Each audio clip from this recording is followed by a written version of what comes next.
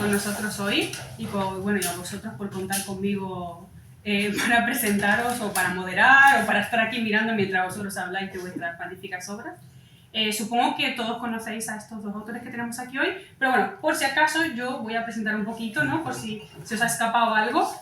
No me prolongaré mucho y no voy a citar todos los libros ni nada de eso, solo una breve presentación. Bueno, aquí al lado mío tengo a Gemma Solsona.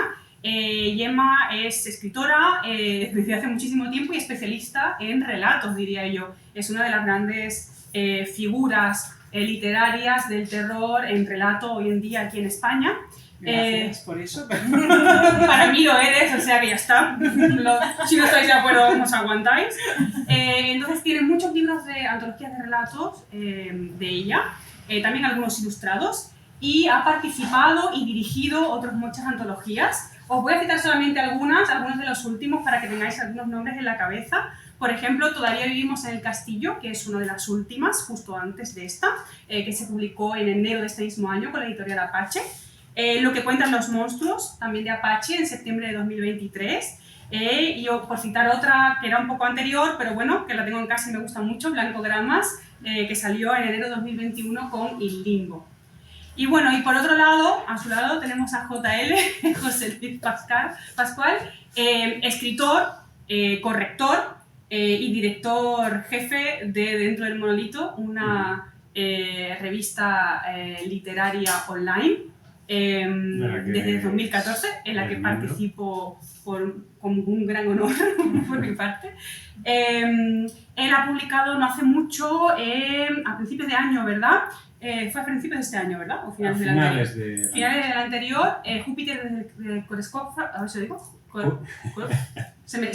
Júpiter, te lo digo. Sí, sí. Júpiter bajo el crescógrafo. Claro, es que siempre digo, en vez de crescógrafo, digo crescógrafo o algo así, ¿sabes? Como muy invierno. Que es un nombre de título. Sí. Es una antología de poemas bastante surrealista y publicada con Open City. Sí. Y hoy traemos su primera recopilación de relatos. Bueno, la de JL salió en abril y de Gemma en marzo de este mismo año. Y bueno, sin más, vamos a pasar a hablar justamente de estas dos obras y de la literatura en general, ¿no? De todas las cosas que nos gustan. Yo, la primera cosa de la que me gustaría hablar, vamos a ir de lo general a lo preciso, si queréis, es un poco de dónde se suscriben, ¿no? Estos dos relatos que tienen en común, que por ejemplo, en este caso son relatos, ¿no? Eso es lo primero que me gustaría hablar. Entonces hay mucho dilema con respecto al relato, la novela, qué va mejor, qué va peor, qué es mejor para el terror, ¿no? De lo que hablaremos a lo mejor más adelante. Y yo quiero traer aquí a la cabeza de todos a la figura de Emilia Pardo Bazán, gran exponente de la literatura, vamos a decir, también realista, pero también fantástica, oscura, insólita y gran representante del relato español y muy poco conocida desde mi punto de vista. Y ella decía que justamente el relato tiene que tener va como hacia el sublime y tiene que tener una mezcla entre lo que es el tema y la forma, y que el todo, conjunto con la concisión, hacían como del relato un objeto sublime dentro de lo que es la literatura. Y decía, noto particular analogía entre la concepción de un cuento y la de la poesía lírica. Una y otra son rápidas con un chispazo y muy intensas. ¿Por qué elegís vosotros el relato? ¿Qué creéis que podéis hacer con el relato que no se puede hacer o que simplemente os gusta hacerlo mejor así? A ver, yo pienso a veces que el relato me elige a mí. No, ahora mismo es la primera vez y no creo que en público lo haya dicho todavía. Estoy ahora trabajando una historia que va a ser algo más largo, va a ser a lo mejor una novelette, pero precisamente va a ir por lo prodigioso, porque yo siempre navego entre lo prodigioso y la oscuridad, ¿no? Y esta irá por lo prodigioso. Pero yo creo que en los relatos ellos me eligen de alguna manera y es el lenguaje en el que yo me siento muy cómoda, por varias cosas, porque soy una persona muy dispersa, soy una persona muy apasionada con mis filias y muchas veces lo hemos hablado. Entonces el relato me permite apasionarme con muchas cosas distintas, con muchos temas y de repente obsesionarme con una historia. Lo que no quita que yo lo respeto, hay escritores que dicen yo en una tarde, en 3 horas puedo haber escrito un relato, para mí es imposible, yo soy más como lo que dice Gabriel García Márquez, de que un relato te acompaña. Entonces puede ser que en una tarde, a lo mejor si es un relato corto, puedas de alguna manera volcarlo sobre el papel, pero el relato varía completamente y algunos de los que estáis aquí que escribís relatos lo sabéis, Claudia también es muy de relato y es muy cortázariana, y sabemos que con una palabra puede cambiar 180 grados un relato. Entonces, a mí me gusta dejarlos reposar y que me acompañen. Yo me obsesiono con una historia, duermo con ella, además es que me hace feliz dormir con las historias que me obsesionan. Y es verdad, ¿eh? No es, o sea, yo me voy a dormir y para dormir antes de que mi marido empiece a roncar, entonces empiezo a pensar en esa historia que me está obsesionando y a veces me meto dentro y yo creo que de alguna manera me va empapando. Y entonces cuando tengo que escribirla de alguna forma ya la he deglutido, ¿no? Y me resulta mucho más fácil y he convivido con ella. Entonces, a mí, además de que me gusta profundizar en un tema y me gusta buscar temas relacionados con esa historia que quiero escribir, investigar, etcétera, aunque sea para un relato de 5 páginas o de 3.500 palabras. Por lo tanto, te digo que yo, en ese sentido, es un género, un lenguaje más bien también con el que me siento cómoda. ¿Y qué me aporta? Tú has dicho lo que decía Emilia Pardo Bazán, pero yo añado 2 elementos respecto al relato. Por un lado, la intensidad, que el relato lo coges desde el principio y no puedes soltarlo, y la intensidad del relato me gusta como lectora e intento trabajarla como escritora, aunque reconozco que mis relatos son novelescos a veces porque son muy largos y tú lo sabes. Y por otra parte la circularidad, porque pese a que escriba relatos largos, hay un elemento que me gusta siempre, que sea la cuadratura del círculo, aunque eso sea imposible, pero me encanta trabajar con mimo de Orfebre una historia y pensar que a lo mejor hay una palabra que he puesto al principio que después al final se convertirá en algo importante. Que eso también se puede hacer con las novelas. Y hay grandes novelas que en un principio te anuncian de que van a ir y te anuncian su final, pero eso no se logra siempre. Y en los relatos se diluye más, ¿no? De la extensión. Exacto. Y eso es un poquito, yo creo, para mí, el relato. Yo suscribo un poco todo lo que comentas. De hecho, la frase de Pardo Bazán casi se podría aplicar incluso al microrrelato, que es, se podría decir que más fácil, pero en realidad es casi más complicado, ¿no? Cerrar esa circularidad en un texto de 4 o 5 líneas que te impacte, que te atrape desde el principio y no sé. Y luego, ¿por qué elegimos relatos? Yo creo que somos masoquistas, porque aquí en España el relato no vende, no hay aficionados al relato y no sé. Yo en mi caso es que, claro, yo empezaba a escribir tarde y yo no me atrevo a escribir una novela. Creo que cualquiera que empieza a escribir tiene que empezar por algo cortito, ¿no? Ir dominando poco a poco la técnica hasta que te atreves a algo más largo. Yo, vamos, para mí era... Bueno, pero aún así hay autores, ¿no? Como por ejemplo Gemma, que nunca pasan a la novela y no creo que sea por... Bueno, no. Ahora estás diciendo que tienes en proyecto, ¿no? Pero no creo que sea por la dificultad, sino... No, porque claro, yo al revés, yo defiendo el relato como un género que eliges y como decía antes, que te eligen. Para mí no hay géneros menores y me da muchísima rabia cuando consideramos el relato como... O sea, lo tuyo no es que sea... O sea, claro, para mí no es un libro de relatos de un principiante.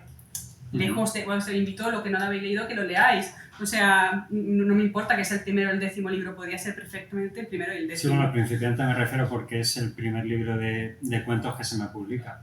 Yo llevo... Pero tampoco llevo tanto, llevaré 10 años escribiendo. Entonces, bueno, me puedo considerar principiante. Pero creo que hay que trabajar muchísimo lo que dices tú, lo de trabajar cada palabra. Claro. Y eso hoy en día, tristemente, no se lleva a cabo. Y se nota. Cuando alguien escribe relatos como... Yo creo, a ver, el relato es juego, es Cortázar, ¿no? Es cortázariano y el relato te permite experimentar, te permite cambiar de voz, te permite con una novela, a ver, eso también lo he dicho varias veces, o sea, tú con la novela es como que te casas, ¿no? Y el relato te permite ser infiel. Y el relato y yo con mi marido soy muy fiel. Pero en escritura soy más juguetona. Y entonces el relato es algo que me permite hacerlo, pero hay que tomárselo como un género mayor también. Y cuando no te lo tomas como un género mayor y dices que estoy cogiendo práctica, yo desde mi punto de vista se nota. Notas a veces antologías que están formadas por relatos de gente que dice, bueno, es que he ido recopilando los relatos que he hecho en distintos talleres y los he metido en un libro. Es perfectamente lícito y está muy bien, pero no los has hecho para una antología en concreto y eso se nota. Son ejercicios de estilo o ejercicios literarios, pero el relato tiene que tratarse como un género, creo yo. Sí, yo lo comparo un poco a los discos musicales. Hay artistas que te sueltan canciones de su padre y de su madre y otros que sí que te cuentan una historia en global, ¿no? Con todos los temas y que intentan iniciar y cerrar más o menos con algo que conecte. Para mí es la mejor manera de escribir un libro de cuentos. Bueno, cada cual es libre de hacerlo a su manera, pero es verdad que luego se nota cuando no hay ese cariño, ese hilo, ¿no? invisible que los une, que no es solo que los unas porque son tuyos, que al final es así, tienes tu voz y los unes por eso, sino que hay pero algo más. hay algo más. O sea, yo siempre digo que esos relatos están aquí, y yo creo que en tu libro, José Luis, también ocurre. Están ahí porque no pueden estar en ningún otro sitio. Que a lo mejor un día dices, alguien te pide un relato para una antología y resulta que te encaja uno de ellos, perfecto. Pero aquí están unidos porque están concebidos para a propósito. Exacto. Y bueno, otra cosa en la cual los dos también están de acuerdo es que por lo menos se refleja en vuestros relatos ese gusto por lo insólito, lo macabro, el terror, con todas las mayúsculas, porque hay muchísimas formas, ¿no?, de explorar el terror. ¿Por qué os acercáis a este género y creéis que el relato es... bueno, Edgar Allan Poe, de hecho, decía justamente que el relato era lo que mejor podía ir con un género como el terror, porque digamos que daba la brevedad para leerlo de sentada, ¿no?, como decías tú, pero al mismo tiempo darte la intensidad de no tener que salir de ahí hasta que no has terminado y poder tener esa historia, ¿no? ¿Estáis de acuerdo con esta idea de que el terror quizás funciona más en relato y por qué elegís el terror? Bueno, por una parte sí porque incluso si te vas al cine, yo creo que las películas que mejor funcionan son las más breves y en el formato serie se está viendo últimamente. Para mí sí es un formato perfecto. Luego está el señor Stephen King que nos contradice, que te saca tochos, incluso el último libro que es de relatos, el primer relato son... Hombre, viendo el libro tiene que ser, el relato tiene que ser... Es prácticamente una novela. Entonces, bueno, a él le funciona muy bien, pero sí que es verdad que en la novela a lo mejor te dispersas un poco, te puedes permitir irte a otros géneros y en el relato te tienes que centrar y en causar la sensación al lector desde que empiece el cuento hasta que lo acabe y no soltarle. Sí, es lo que decíamos de la intensidad. El relato es un género que ya, o sea, que la intensidad forma parte del ADN del relato. Y digamos que lo inquietante, muchas veces cuantas menos explicaciones tengas que aportar, y en un relato al final es lo típico del iceberg, ¿no? Pues tú muestras la punta y el lector imaginará el resto. O sea que la técnica del iceberg no solo válida para Hemingway, sino que también lo puede ser para un relato inquietante. Y el relato te permite mostrar ese hecho inexplicable sin necesidad de tener que rellenar. No significa que todas las novelas estén hechas con mucha paja, pero sí que es verdad que tienes que construir más. Y el relato te permite vaciar, quedarte con el elemento inusual, extraño, inquietante, con lo esencial, y a partir de ahí hacer tu historia. Y yo creo que siempre al final dar pie a imaginar es mucho más inquietante. Y al final eso forma parte de lo que es el relato. ¿Y por qué el terror en este caso? ¿Por qué elegís el camino uno de los caminos más difíciles, podríamos decir? Porque incluso lo hemos comentado muchas veces, con ambos. Incluso dentro del género, pues hay un montón de gente que devora todo tipo de libros, ya sean nacionales como extranjeros, y nos dicen, pues yo no leo terror, ¿no? O eso es de masocas, o yo no leo para sufrir, ¿no? ¿Qué encontráis y qué dais vosotros en este género? Esa es una pregunta que me tomé unos apuntes porque yo creo que, no sé por qué, pero el terror siempre ha estado mal visto. No sé, creo que en América no es igual que aquí, pero bueno. Yo no lo entiendo porque el público tiene la concepción de que el terror es un género menor, que se escribe simplemente para causar asco, para pegarte un susto, para que no duermas por la noche y ya está. Y yo creo que lo que se viene denominando la alta literatura, ¿no? El terror puede ser alta literatura perfectamente. Y tenemos obras por ahí que, no sé, para mí... Estas dos están aquí. Son más lejas. Para mí American Psycho es una obra que te impacta, que te horroriza en todos los sentidos y te causa ese asco, pero al mismo tiempo te está contando otra cosa y, no sé, sí que tiene la hechura de las grandes obras. ¿Por qué no? No sé, ¿por qué hay ese prejuicio con el género? Es algo que no he entendido. Yo es que a veces el tema de las denominaciones y de las etiquetas me cuesta. Yo siempre lo decimos y nos consideramos damas oscuras, pero yo no sé si escribo terror realmente. Yo escribo más bien algo extraño o inquietante, porque a mí, por ejemplo, el terror muy explícito no me gusta tanto como que hay niñas con mucha mala leche que se cagan a la gente. Claro, pero lo hacen de una manera muy sutil. ¿Pero y qué? Envenenar con veneno, o sea, matar con veneno, con una puñalada, sigue siendo matar. Mary Cat con América Faloides es igual de... Pero no me gusta quizá el problema es que yo creo que cuando hablas de terror, la gente lo asocia a slash, exacto, o sustos, lo que tienen visto en el cine, ¿no? Exacto, más cinematográfico y más, vuelvo a repetir, más explícito en catalán diríamos sang i fetge, ¿no? Sangre y higadillos. A mí, como dama muy victoriana que soy, la sangre y los higadillos no me gustan tanto y tampoco me gustan como lectora.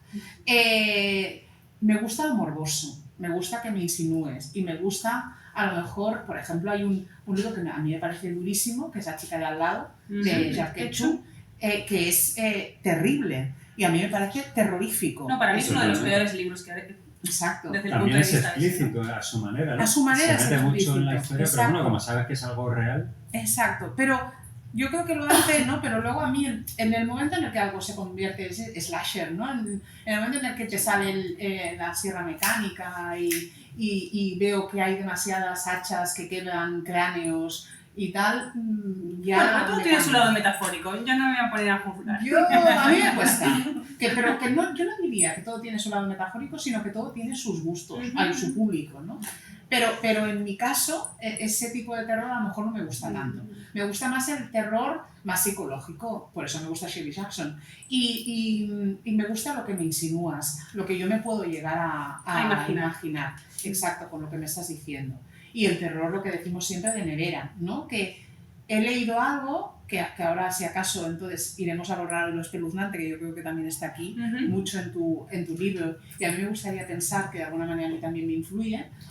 Lo raro y lo espeluznante de Mark Fisher, el libro este de Alpha Decay, que a mí me parece como para tenerlo, como una Biblia. Aunque luego a veces lo tenga que leer 4 o 5 veces, depende de qué páginas, porque digo, espérate, ¿qué me está diciendo este hombre exactamente en este ensayo? Pero te quedas con algunos conceptos y realmente las obras que analiza son las obras que a mí me producen inquietud, ¿no? Y decías, además, el porqué del terror. Es que yo creo que es un motor que mueve nuestra vida. ¿Qué sois capaces de expresar con el terror que no seríais capaces de expresar con otro tipo de...? Yo creo, en mi caso, yo creo que es lo que más nos importa. O sea, el terror y el amor, ¿no? El yin y el yang, o vamos, no sé, pero ¿cuántas cosas hacemos o dejamos de hacer por miedo o por terror? Entonces, mi forma de contar todo eso que nos importa, en vez de hacerlo a través de lo que buscamos por amor y positividad, etcétera, me adentro en la oscuridad, porque además soy muy de atmósferas y me gusta ese tipo de atmósferas y me gusta expresar todo eso a través de lo que a lo mejor dejamos de hacer o hacemos por miedo. Eso es mi caso. Y sí, un poco también, pero es que yo creo que el terror y en general los géneros fantásticos son perfectos para hablar de cualquier cosa, de cualquier tema. Por eso nunca he entendido los prejuicios que hay. En tu libro, por ejemplo, hay un relato de Exvotos, que ese me encantó. Ahí hay una crítica, cierta crítica a lo religioso, ¿no? Que la imaginería religiosa, la católica, es bastante tenebrosa, ¿no? En algunos momentos. Y yo, por ejemplo, tengo un cuento en el que hablo desde el surrealismo de cómo el entorno laboral en una oficina, la alienación, ¿no? Y lo mal que te pueden hacer sentir, lo pequeño que te hacen sentir.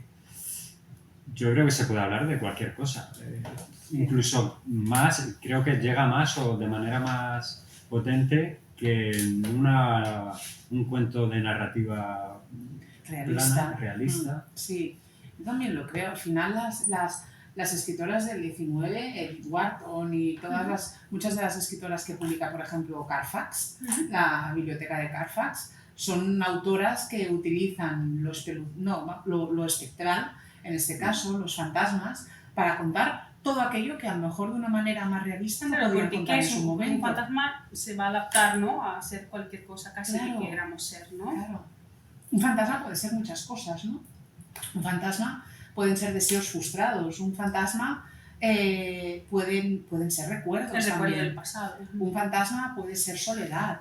Un fantasma, naturalmente pueden haber secretos ocultos que no quieres que salgan a la luz, pero al final son artificios para contar otra cosa. Pero es que eso se lleva haciendo desde siempre y lo inquietante y el terror se utiliza como un mecanismo para contar muchas cosas que a lo mejor, igual que lo fantástico, para contar, y que por eso me sabe mal que a veces sea peyorativo escribir fantástico o escribir terror, porque realmente no estás escribiendo de gnomos o de hobbies solo o toda la vida, sino que en realidad estás hablando de otros valores y estás hablando de temas tan importantes como cualquier tipo de literatura realista.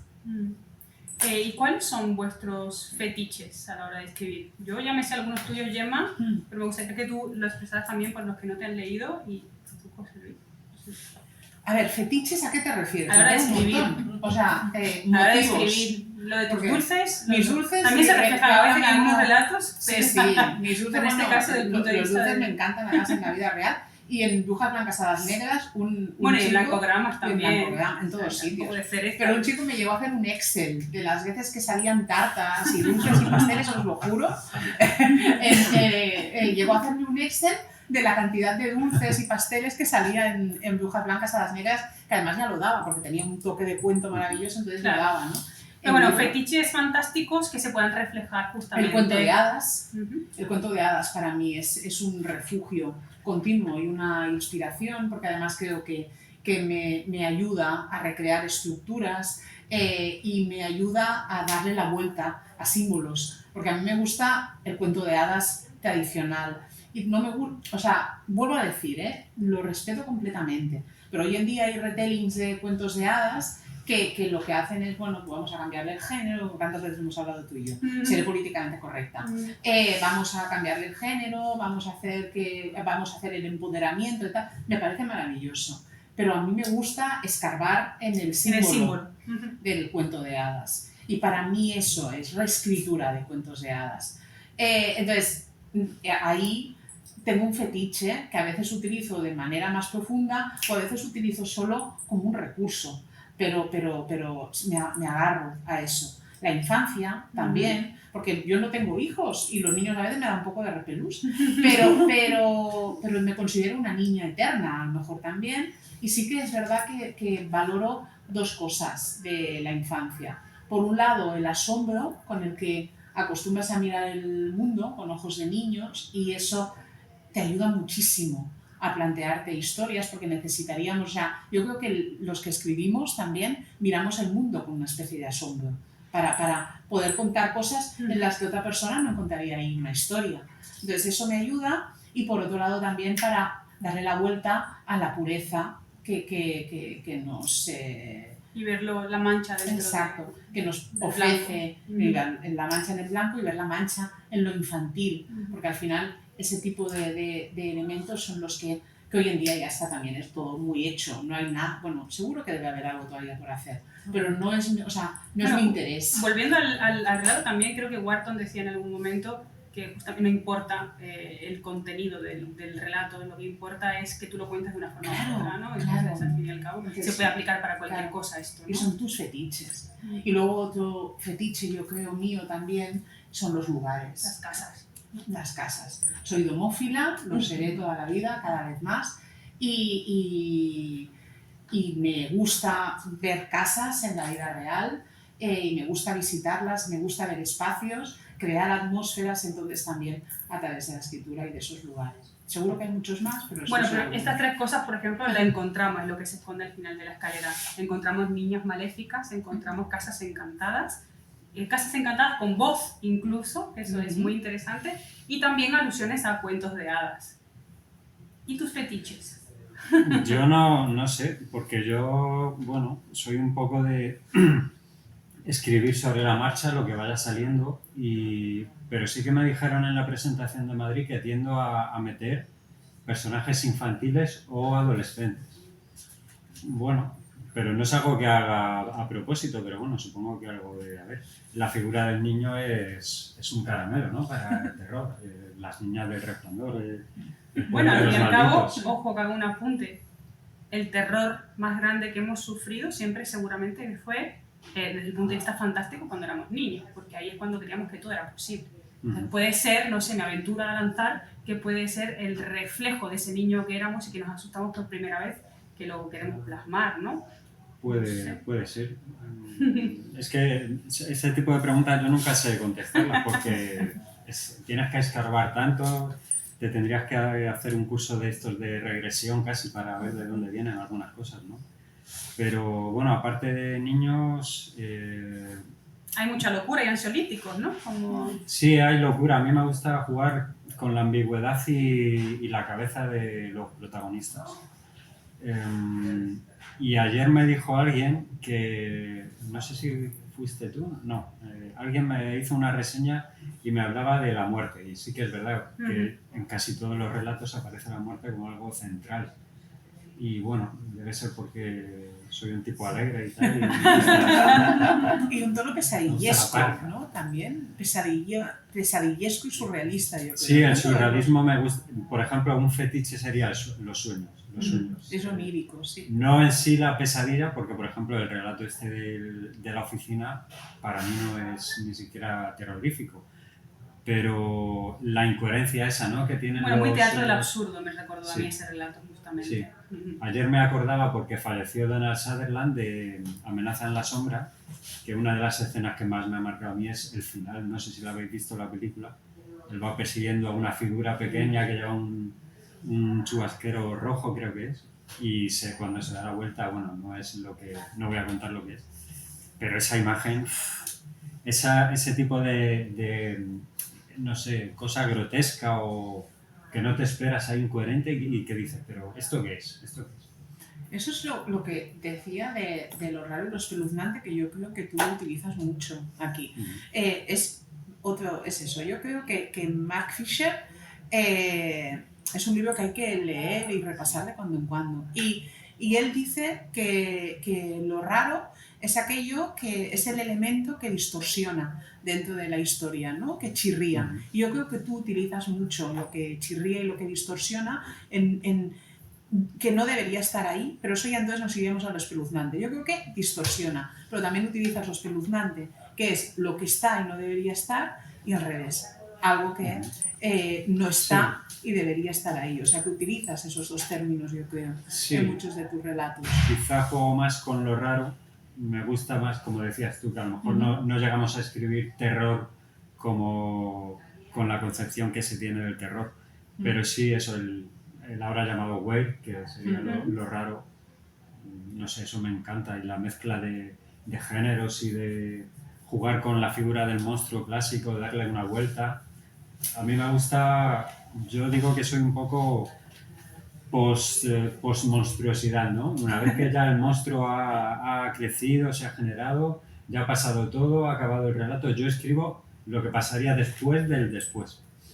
Y bueno, es que eso es algo que creo que se explora en general bastante poco en la literatura.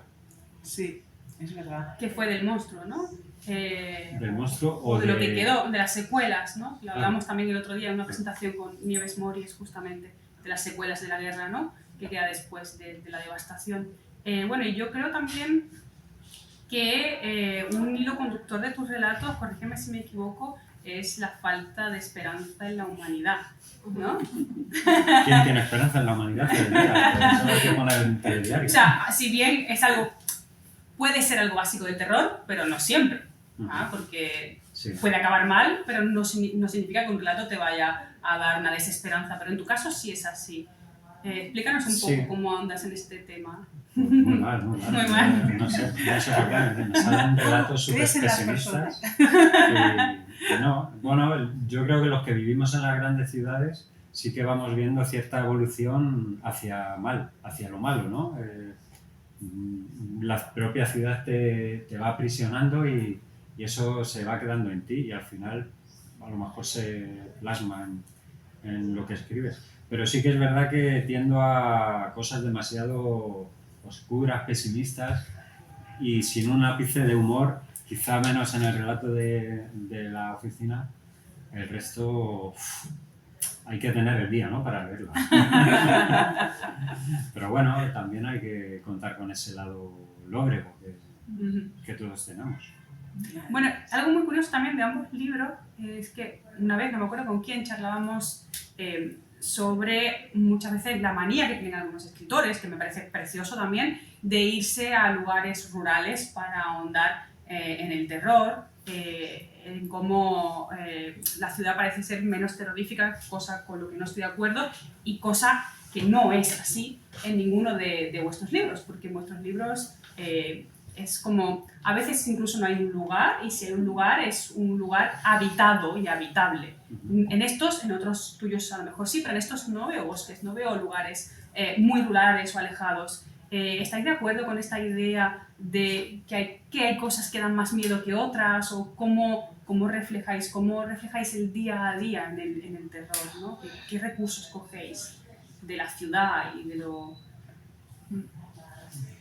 A mí la verdad es que no me importa demasiado que sea urbano o rural, sino que me importa que sea el espacio que necesita mi historia. Y en ese sentido, no sé si lo leí una vez de Borges. Yo la verdad soy un poco tramposa a veces, solo a veces, soy un poco tramposa, entonces... no me gusta ser verosímil en los lugares de los que estoy escribiendo. Me gusta que sean verosímiles dentro de la historia que yo quiero contar.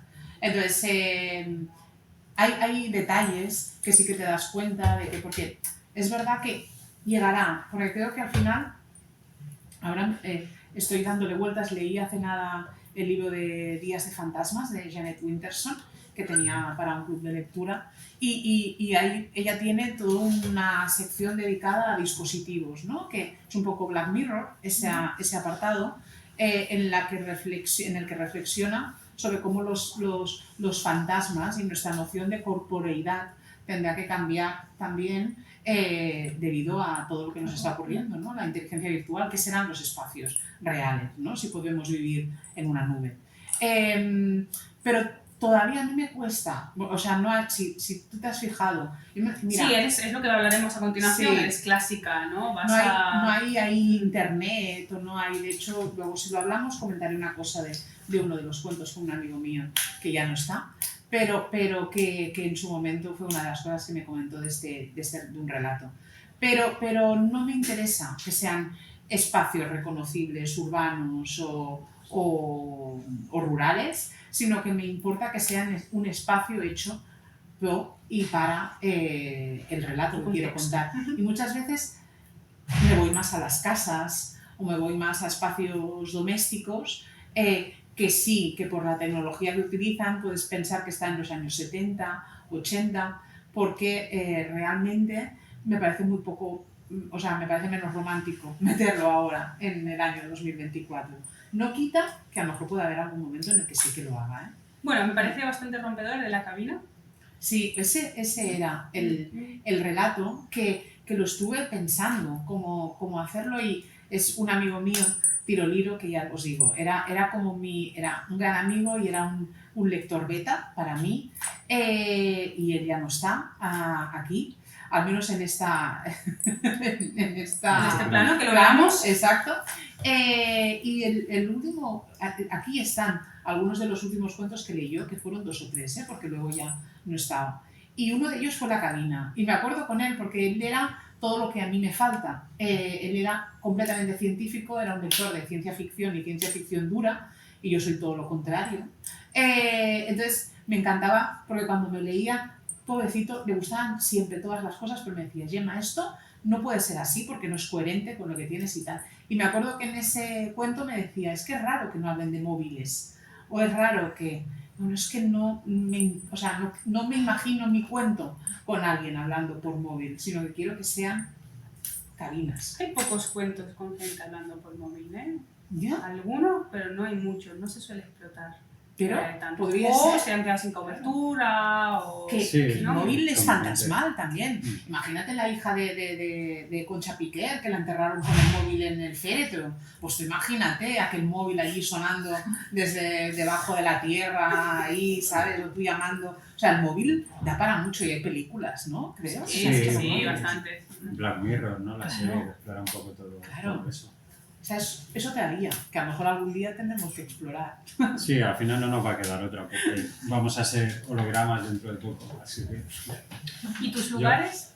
Yo los lugares, igual que Gemma, pues lo que vaya surgiendo. Yo sí que tengo un cuento aquí que es en un pueblo, más o menos, no está basado en ningún pueblo, pero bueno, sería algo de la España profunda, con el nacimiento de una niña y tal. Y luego hay otro en un poblado, una comunidad amish, que también se pero no podría se considerar... explora mucho el lugar en ese contexto, ¿no? No, bueno, es un más la poco mente secundario. del... Sí. Entonces, bueno, como luego el miedo de cada uno es tan subjetivo, hay gente que sí que le da miedo irse a una casa rural. Claro, yo lo entiendo, ¿no? Sí que es verdad que luego te vas por ahí y ves lo que hablábamos de las ciudades. Allí ves el cielo completamente limpio, todas las estrellas. La oscuridad de verdad. La oscuridad de verdad, ¿no? Ves el pasillo de la casa totalmente a oscuras y a lo mejor estás en el salón, tienes que ir al baño que está al final y ¿qué haces? Y bueno, pues esa sensación se casa muy bien, ¿no? con el género, pero luego yo creo que cualquier lugar... hay un compañero que escribe en las antologías de terrores, que siempre hace cuentos de una frase larguísima, y que lo basa en una oficina también. Y me parece fascinante lo que hace ese hombre, cómo transforma la oficina en algo mágico y de lo mágico luego a lo aterrador. Y yo creo que cualquier espacio ¿por qué no? Una librería, ¿no? Que está llena de recuerdos y de fantasmas, ¿no? De noche, dentro de los libros. De noche, un museo de cera. Bueno, el Museo de Cera es, vamos, incluso es de día es maravilloso. terrorífico. Claro, eso es una de las manifestaciones de lo siniestro, los muñecos de cera y los autómatas. El de Madrid es aterrador, pero a todos los niveles. Depende de cómo lo veas. Es grotesco, aterrador, ridículo, a veces. A mí me encantan, ¿eh? Yo soy muy geek. Entonces, me encantan los museos de cera. Un día tendríamos que hacer una presentación en un museo de cera. Por favor.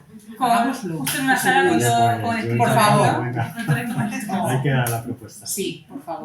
Bueno, pasemos ahora, me gustaría, claro, esos son libros de relatos, no podemos hacer un resumen, no podemos hacer, digamos, una pequeña sinopsis de qué va, pero bueno, lo que queremos es desvelar un poco el estilo de ambos para que veáis si os entra o no, y sobre todo que lo compréis aunque no os entre, por si acaso os entra luego cuando pero me gustaría que cada uno hablase de un relato dentro de esta trilogía que nos contase, y quiero que sea un relato que quizás os haya costado más o que haya salido en algún aspecto de vuestra zona de confort.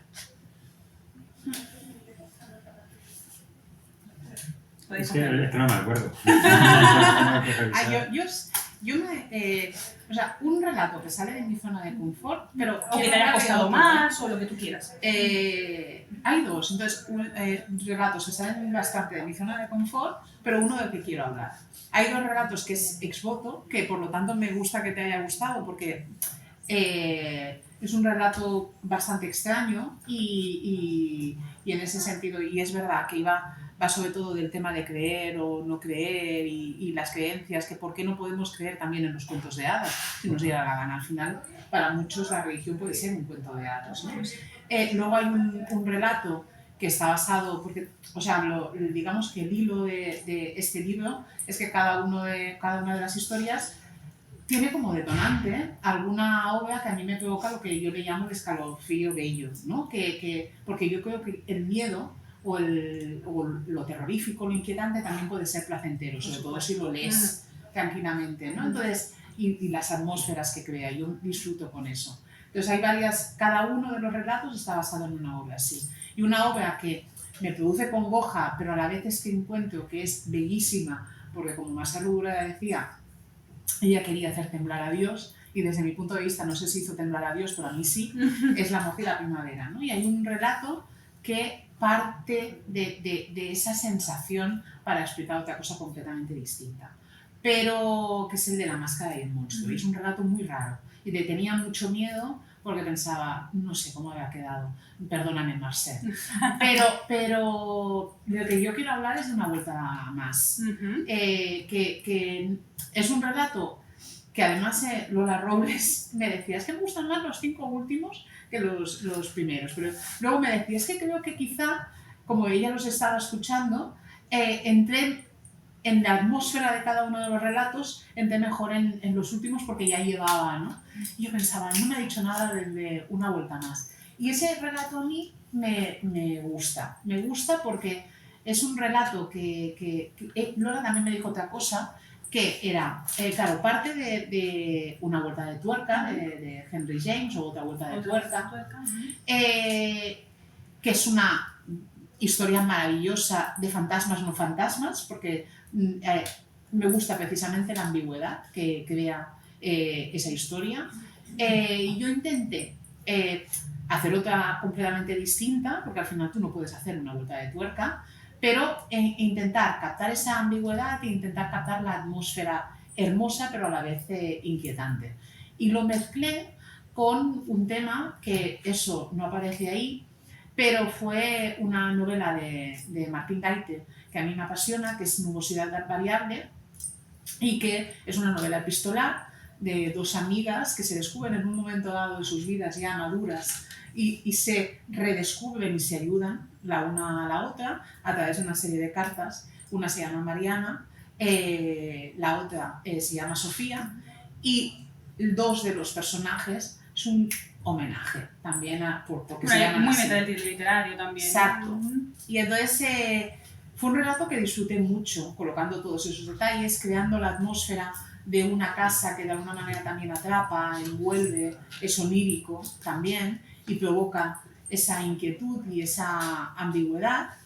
Y la verdad es que es uno de los relatos más largos, que mientras lo hacía lo pasé muy bien, y bueno, y espero que algunos lectores también lo pasen también, o inquietantemente bien, como yo. Que me salga de la zona de confort. Bueno, quizá el de 9:43, que es el que comentaba del pueblo español, y porque no sé, por defecto siempre me voy a lo americano, quizá por la influencia del cine y eso. Entonces ahí a lo mejor me costó un poquito más dar con la voz del borrachín del pueblo, por ejemplo, ese tipo de cosas. Pero luego, en general, quizá Greyhound Bus, porque por la forma, aunque bueno, es una forma que sí que me gusta escribir así muy fragmentado. Muy... Pero explícaselo un poco a los que no, porque yo lo he leído, pero no sabemos si en el público la gente lo ha leído, ¿no? Greyhound Bus está basado en un hecho real, que es un tipo que creo que fue en Australia, se subió a un autobús y no tuvo mejor idea que decapitar al pasajero que tenía al lado y empezar a comérselo. Bueno, ¿quién no ha hecho algo así, no? Claro. De cuando en cuando. Pero el relato no es así, ¿eh? Para los más aprensivos. El relato está contado desde la cabeza del tío que está en la cárcel, pero al mismo tiempo está viendo cómo, bueno, cómo asesina a 3 niños y lo enseña en un móvil. Está todo muy mezclado en su cabeza y en el cuento. Y el otro sería, bueno, eso, el nacimiento de 943 es el nacimiento de una niña, una criatura como monstruosa, se describe un poco como tipo como si fuera un oso, pero al mismo tiempo se le da rasgos infantiles. Y es como, bueno, la niña nace, desaparece de repente del hospital, la madre quiere buscarla y pues es un poco como orbitar alrededor del pueblo, de los personajes que lo habitan y cuál es el misterio alrededor de esa criatura. ¿Quién es, no? ¿Y qué hace o qué pasará? ¿Quién es, no? ¿Qué es eso? ¿Qué es ese engendro? Esa está en punto, ¿verdad?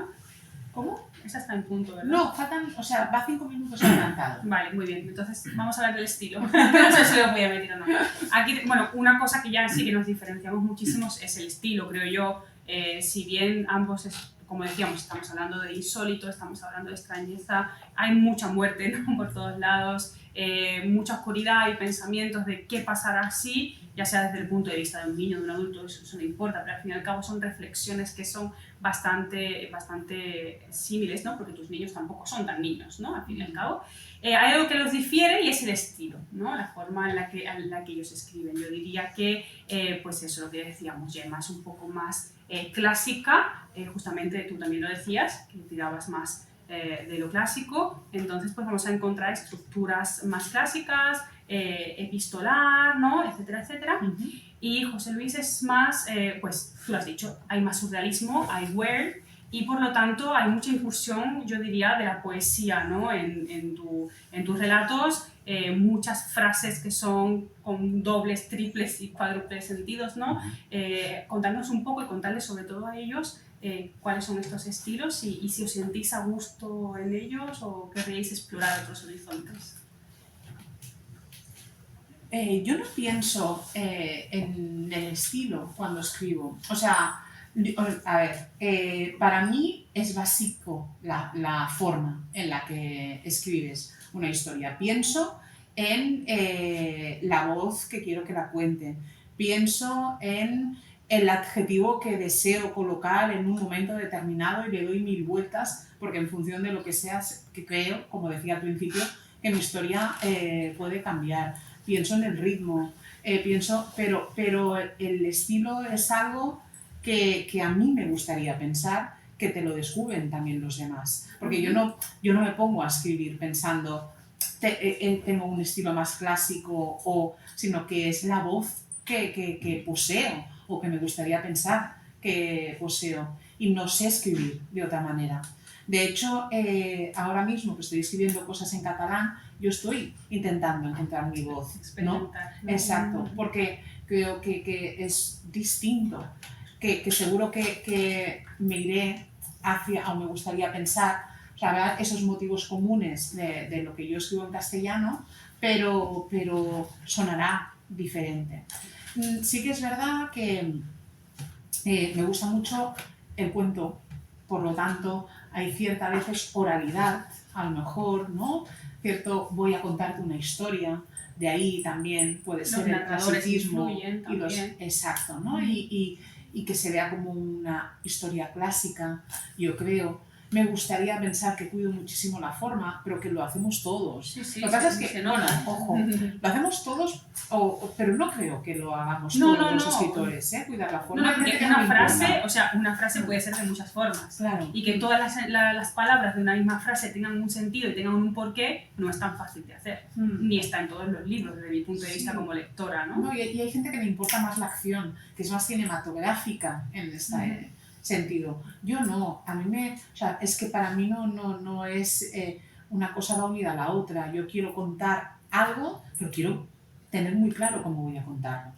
Entonces, por lo tanto, es algo que se me va colando, pero es mi forma de contar. Yo no me pongo, o sea, nunca me he analizado el estilo, porque es lo que me surge, que al final surge de todo eso que hemos leído. ¿Qué has leído? Y me gustaría pensar que, claro, y yo, pues sí, lo que digo siempre, si mis musas son, ojalá se me colara algo de ellas, ¿no? Pero si mis musas son Matute, si Shirley Jackson, no, o sea, Shirley Jackson es más en el sentido, pero claro, al ser una escritora inglesa, exacto, americana, perdón, yo no puedo decir que sea ese el estilo, pero sí la forma de narrar más matutiana o más de Martin Guyton, me encantaría pensar que algo de eso queda, ¿no? Pero bueno, eso es, son palabras mayores.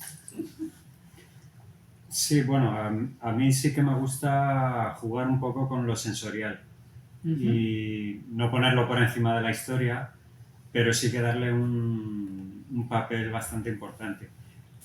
Tiendo a la primera persona, al presente, no sé por qué, pero normalmente siempre arranco así. Y no sé, me gusta también, una vez que tienes más o menos la historia, luego romperla, intentar fragmentarla y contarla desde distintos puntos. Entonces, a lo mejor a mí me cuesta más contar a la manera tradicional, que es curioso, ¿no? Pero, pues, no sé, me resulta más complicado.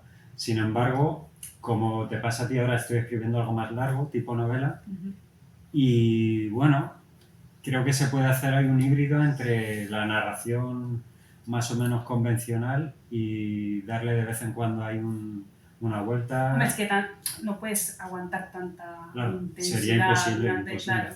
Eso en un relato, romperlo funciona muy bien, en una novela sería intragable. Pero bueno, eso, pequeñas píldoras de que se note un poco el estilo, ¿no? Y la voz del autor. Pero bueno, luego, como dices tú, que es el lector quien tiene que decir si... Yo pensaba que todos mis cuentos salían más o menos igual. No, en absoluto. Claro, y la gente me está diciendo, no, es que cada uno tiene su... Sí, tal cual, es lo primero que se ve, ¿no? Por lo menos en los cuentos estos.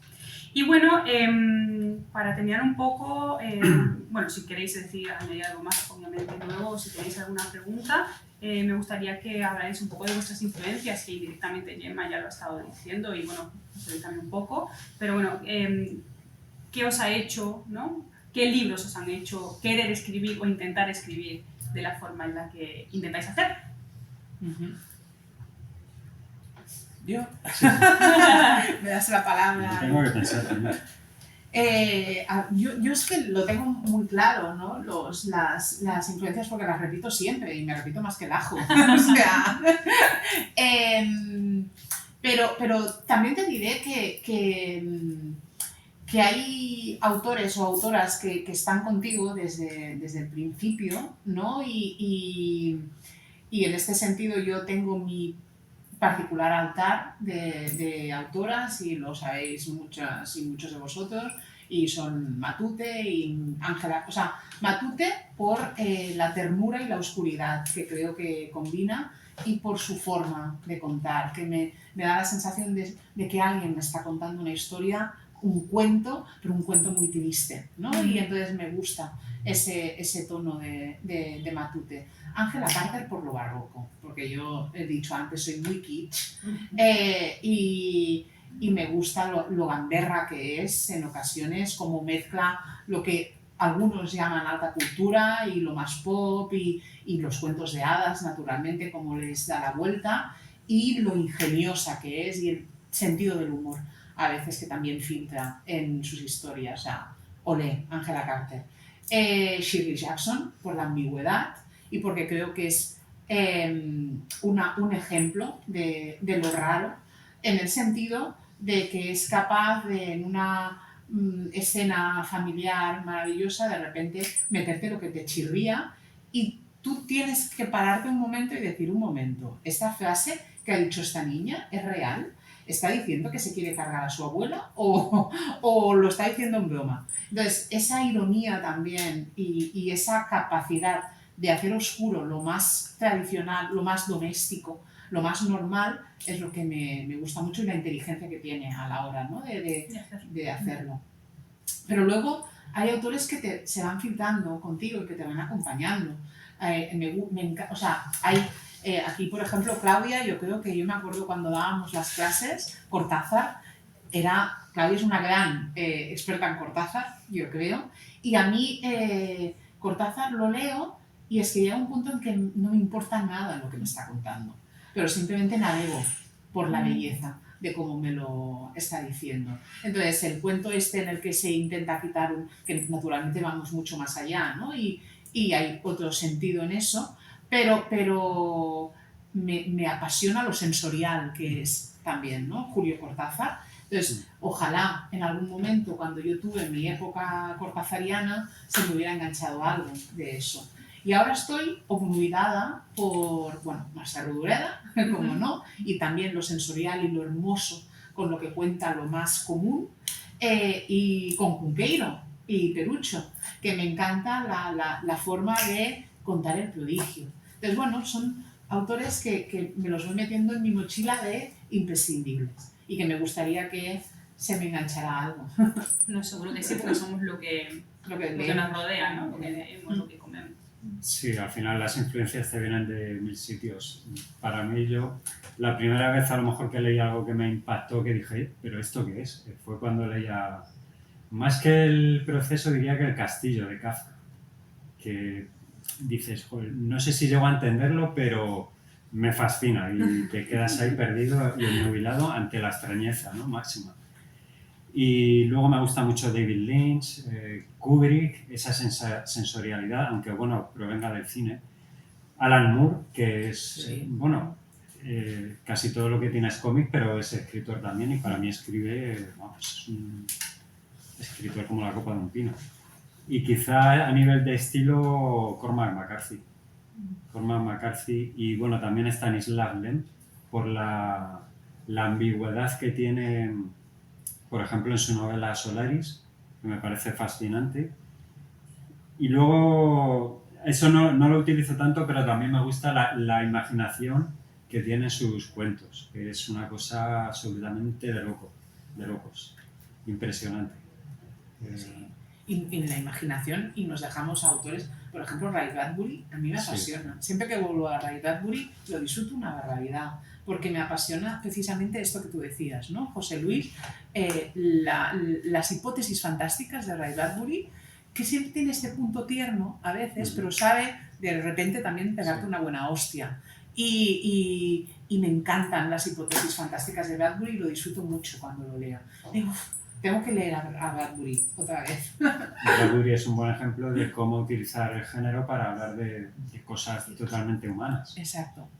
Que no hablan jamás de marcianos, sino que habla de la humanidad. Claro, bueno, todo lo fantástico, lo que pasa es que la gente que no entiende y no se adentra en lo fantástico no es capaz de ver más allá se quedan en la primera capa y naves espaciales, ¿no? Exacto.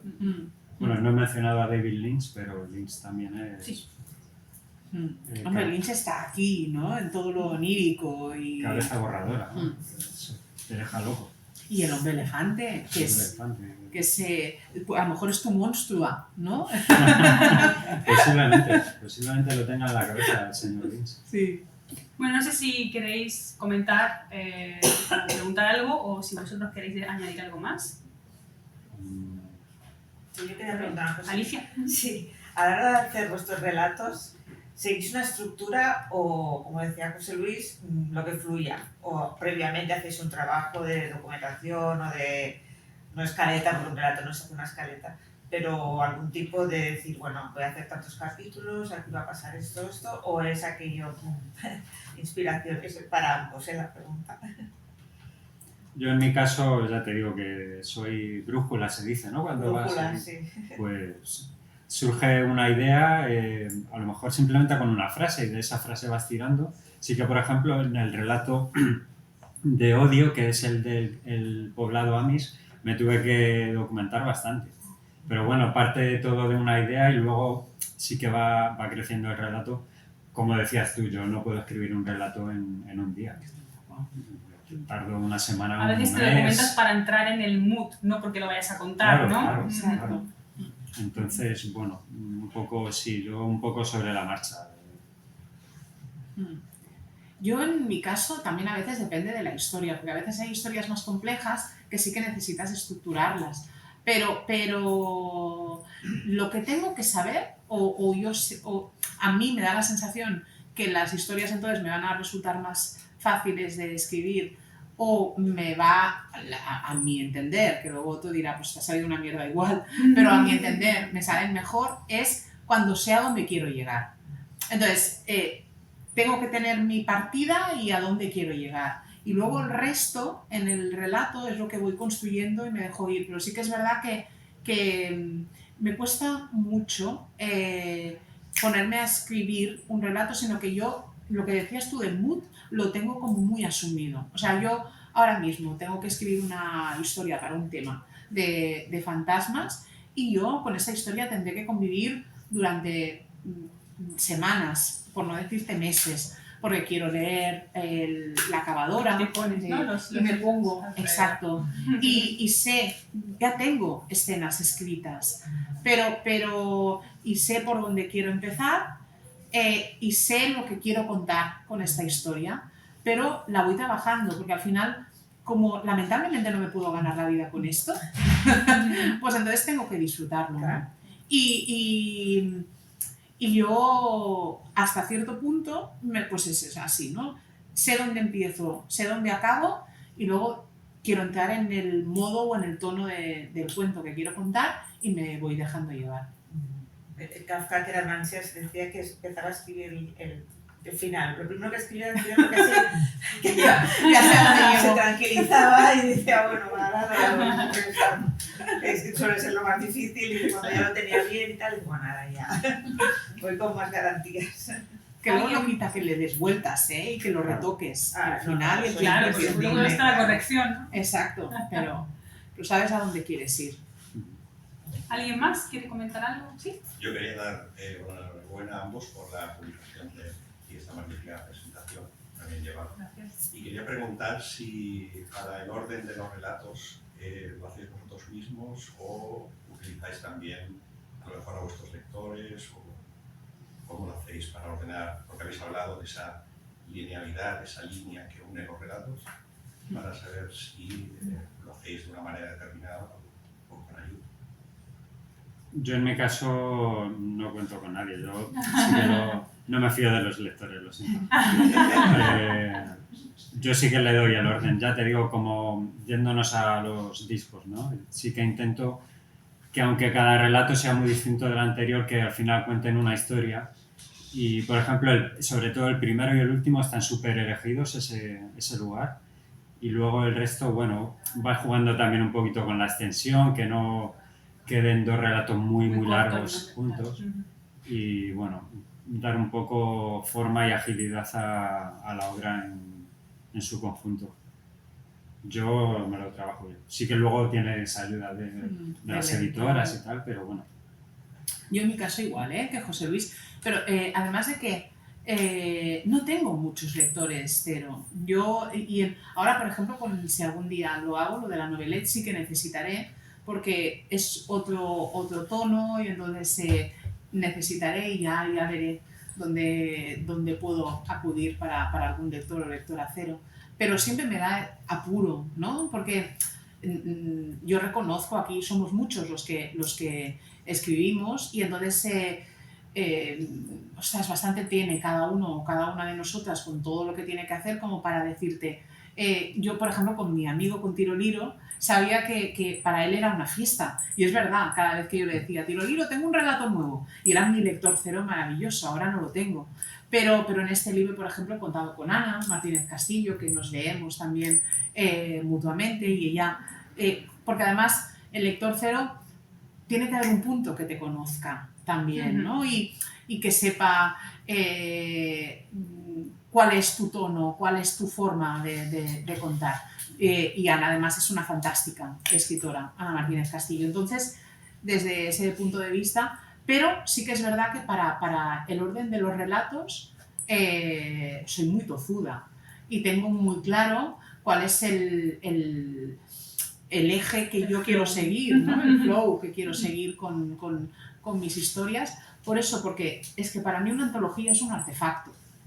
Y es un artefacto porque estos cuentos tienen que estar aquí y no podrían estar en ningún otro sitio, me gusta pensar eso, aunque vuelvo a decir, soy tramposa, porque el de agujeros es, al final, como lo hice para el de Shirley Jackson, pensé que aquí me encajaba muy bien y me lo llevé, le pedí permiso al editor y me lo traje aquí, pero el resto estaban hechos para este libro, el de agujeros es el primero.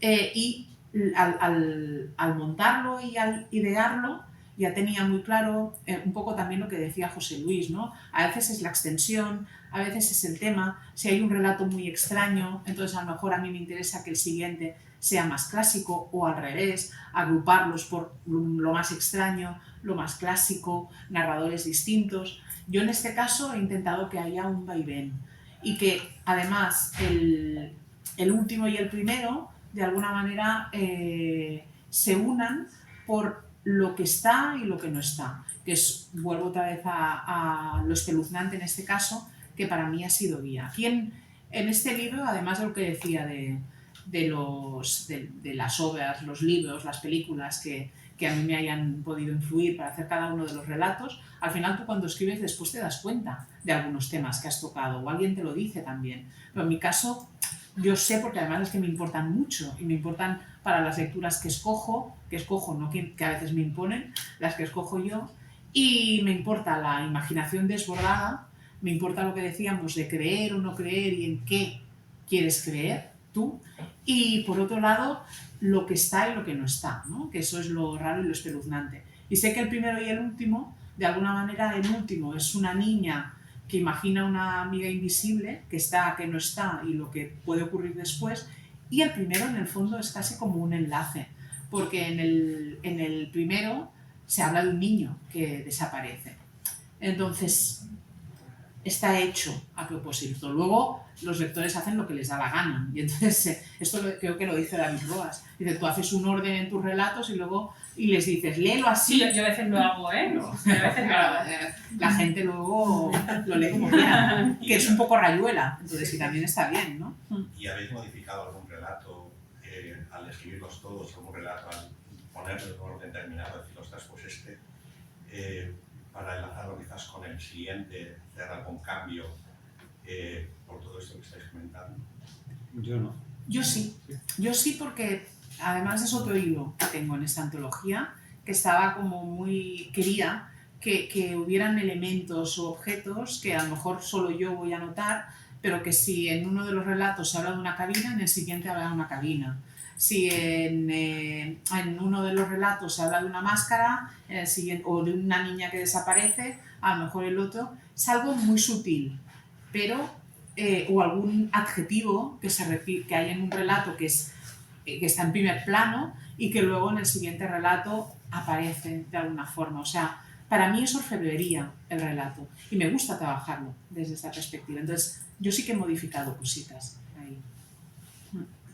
Bueno, pues muchas gracias por vuestras intervenciones, muchas gracias sobre todo a vosotros no por estar, sino por escribir sobre todo, por muchos libros más y nada. Y a ti por acompañarnos Un placer siempre. y darnos aquí... Y a comprarlos y a firmarlos. Gracias a todos.